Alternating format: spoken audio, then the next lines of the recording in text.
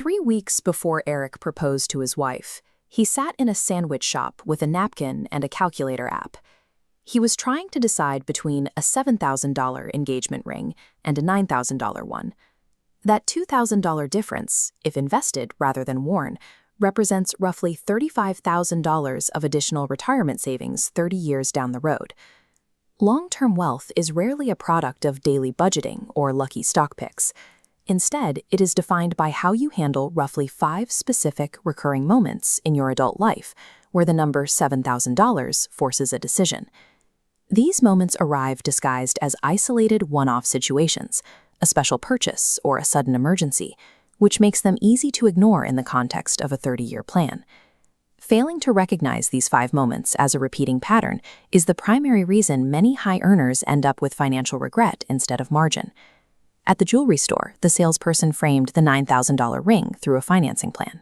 Breaking the cost into a few $100s a month makes the upgrade sound trivial. Path A is accepting that financing. You spend the extra $2,000 on the ring, add a new recurring payment to your budget, and walk out with a physical asset that does not grow in value. Path B uses Eric's sandwich shop math. On the left, the flat line shows the ring's value 30 years from now. On the right, that same $2,000 invested at a historical 10% annual return grows into $35,000. Enoch bought the $7,000 ring and invested the difference. He now follows a personal rule. He matches every premium lifestyle purchase with an equal investment in his brokerage account. This choice defines whether you build wealth in parallel to your lifestyle or whether you allow your lifestyle to consume your capital as fast as you earn it. The second crossroad arrives as a windfall. For many professionals, this looks like a $7,500 year-end bonus, a tax refund, or a small inheritance. Because this money isn't part of a monthly budget, it often dissolves into better restaurants, nicer vacations, or gifts.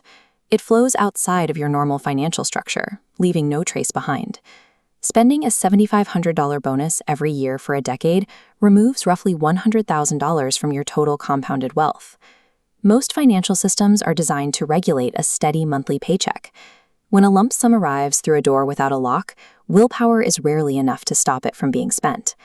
Managing a windfall requires routing a set percentage of any unscheduled money to your investments automatically, before the money is ever seen. The third crossroad is the $7,000 quote to fix a transmission or overhaul an engine on an 8-year-old car that is already paid off.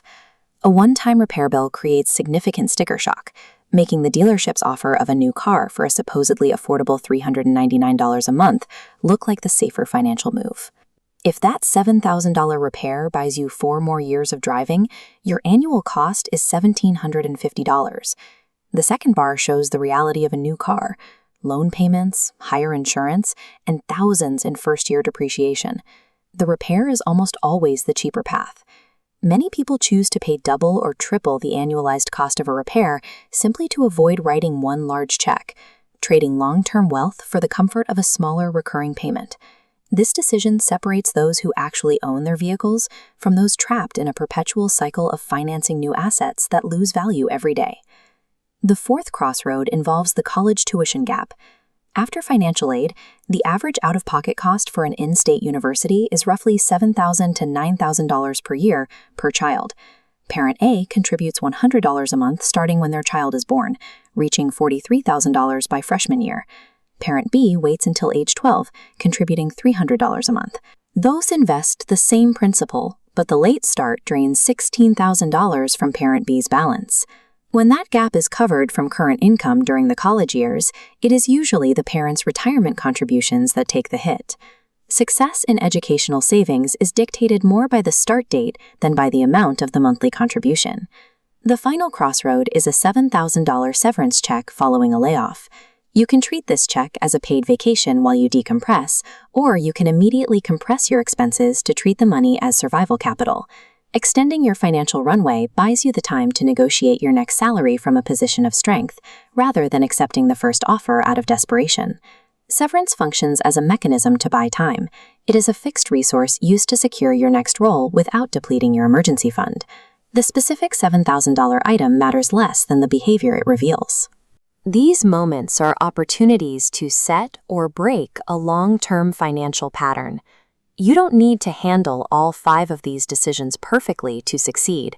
If you have already made one of these choices and regret it, you can break the pattern at the next crossroad. When a purchase feels like a highly urgent, one-off emergency, pause. That is the exact moment to run the math on how that same money would compound over 30 years.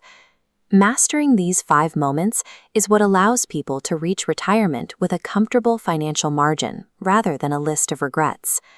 In our next video, I'll walk through the automated rules you can build into your financial life so you never have to make these 5 decisions twice. Subscribe so you don't miss it, and let me know in the comments